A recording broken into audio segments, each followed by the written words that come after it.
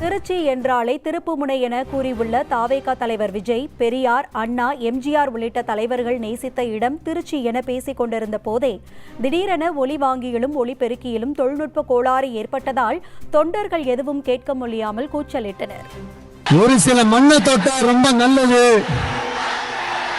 சில நல்ல காரியங்களை இந்த இடத்துல இருந்து தொடங்கினா நல்லதுன்ட்டு இந்த பெரியவங்கெல்லாம் சொல்லி நம்ம கேள்விப்பட்டிருப்போம் இல்லையா?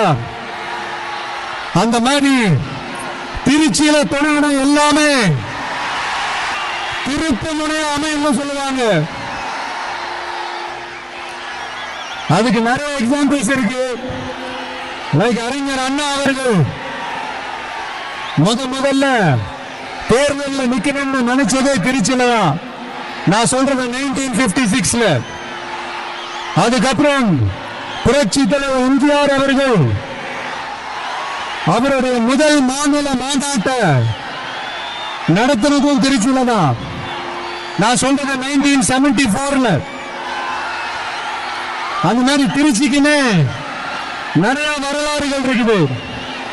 நம்ம கொள்கை தலைவர் பெரியார் அவர்கள் வாழ்ந்த இடம், மலைக்கோட்டை இருக்கிற இடம்,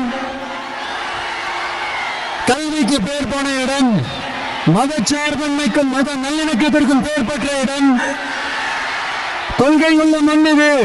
அது மட்டும் இல்ல, இன்னைக்கு உங்க எல்லாரையும் பார்க்கும்போது மனசுக்குள்ள ஒரு பரவசம், ஒரு எமோஷனல். Hello hello